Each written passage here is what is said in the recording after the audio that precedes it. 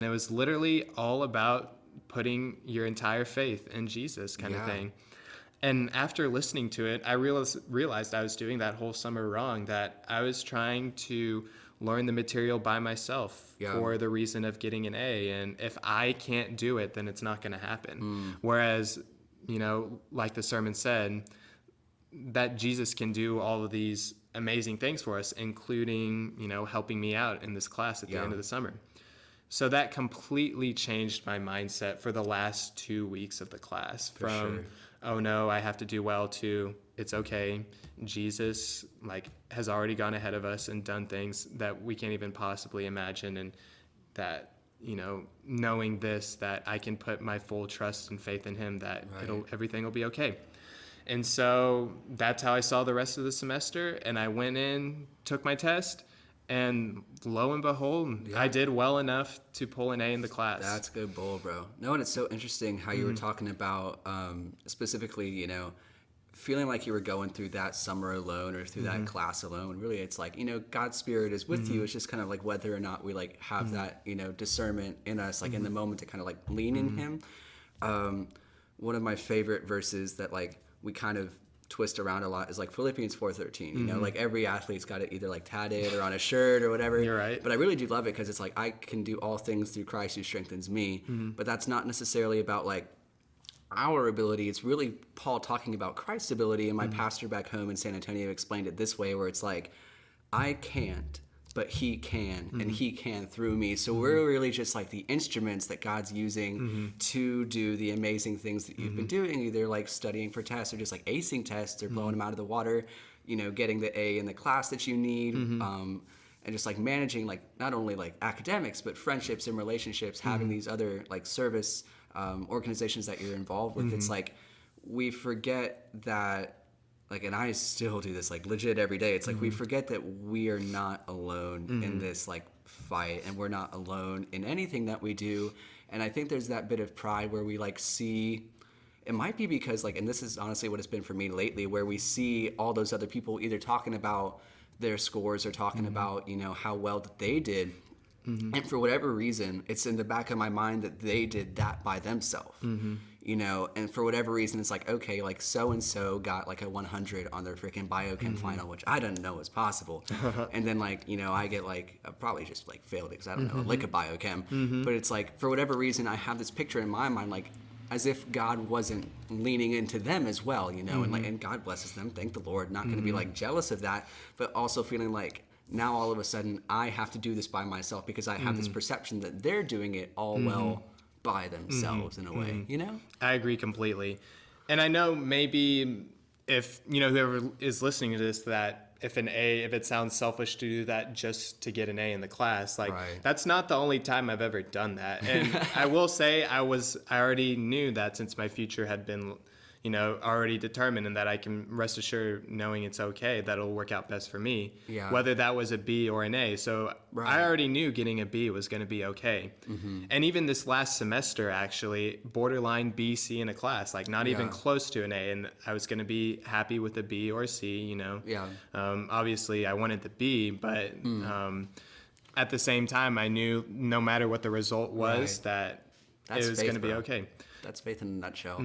It's always weird to me how like there's never a class that I have like an 85 in or like an 84. It's always like 88.7 or like 82.3. It's like, okay, this isn't safe anymore. I can't just like go into this final or like these last 3 or 4 weeks and be like, I'm chill with this. I'm pretty consistent. It's always like, this is life or death. You are like on the cusp of greatness or like failure. If B is like a failure for whatever reason. It's like, it's ridiculous how much like stress we end up putting on ourselves, because there is this like line that like for whatever reason like we see as success, whether it's and it's always the next thing, because it's never like, I mean, everyone's different, so it's not an A for everyone. Sometimes it's a B for somebody, and it's like you're a BC student, you want that B. You're an AB student, you want that A. But like, you're never satisfied, you know, and that's been the thing for me. Even when like I'll have like a straight A semester, it's like, oh, did I blow this class out of the water? Did I get like a 97 overall, or did I get like a 90.2, which happens a lot. Praise For Jesus, sure. because you break that line or For whatever. sure. But it's like, where did you find that contentment, because you were speaking about it. It's like, okay, I'm getting this B or I'm getting this C, either way. I'm getting this A or I'm getting this B. I'm good either way. Like, how much does Christ play a role in that peace that you have? Like, what's your like day-to-day devotion that kind of brings you into that space where like, God, legit, whatever you would have come out of this, I am good with it. Well, I think, every day I start, with the Lord, in scripture, prayer, maybe sermons if I have time in the mornings, kind of thing. Yeah. You podcast, bro? Well, I should podcast more. Heck yeah. A little bit of Pastor John Piper podcasts. Nice. Because they're nice and short. Yeah. For like a quick 10-minute thing. For sure. But in terms of like where I found that contentment, like how I've learned to manage that contentment is what you're asking, kind of thing. Yeah. So I think one particular experience that sticks out to me in general that the Lord has helped me out with this is the Lord has blessed me with a wonderful mentor, who happens to be the orthopedic surgeon two houses Y'all keep down. in touch? We keep in touch quite a bit, actually. Yeah.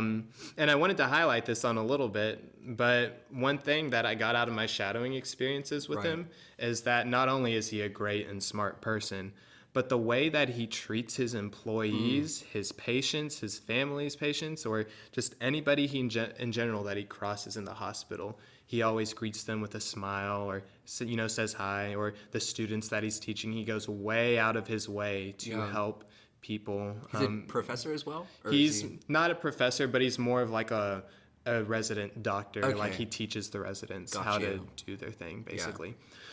And when I like witnessed him doing like all of these things other than like operating on the table, it was really like inspirational to me to be like broad-minded and seeing somebody in the field of medicine like having also this mentality of wanting to help like everybody around him. Right. And even like recognizing that, like it's made me feel more comfortable around him because he's always honest and gives you thoughtful and genuine advice. And so because I've seen him do that with the residents and things like that. Okay. So that made me feel more comfortable to reach out to him with issues other than like, school. Like I've gone to his house in person and asked for some genuine life advice. Like I'm feeling stressed about this and that, or since he has a lot of experience, with dealing with medical schools and residents and things like that, he has a lot of like knowledge to give me really good advice to see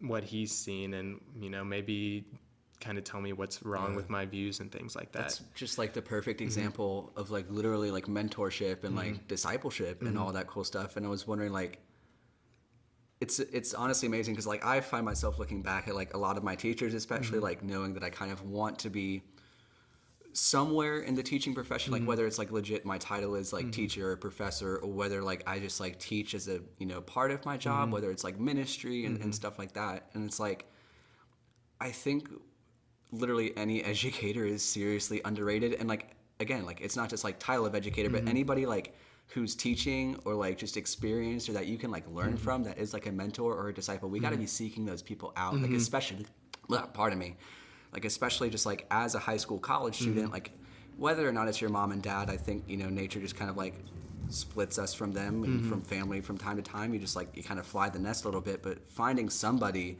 who can continuously pour into you, who isn't necessarily a peer, because like peers are great and it's great to like bounce off. Like I mean like we're doing now, this is like super helpful. But again, like somebody who like does have like 5, 10, 15, 20 years of experience on you, who can look back on those 15, 20 years and be like, look, this is what you don't want to do. And this is what you do want to do. Exactly. And like, it'll probably take us, another 15, 20 years for us to learn that same thing, because we're just like, stubborn.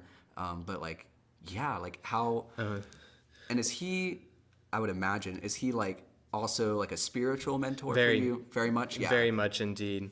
I remember, man, I really wish I remember. I think he took a few verses out of Matthew 5 for me once when I was kind of struggling with a little ananxiety or stress about, what's going to happen to me. For itself type of thing.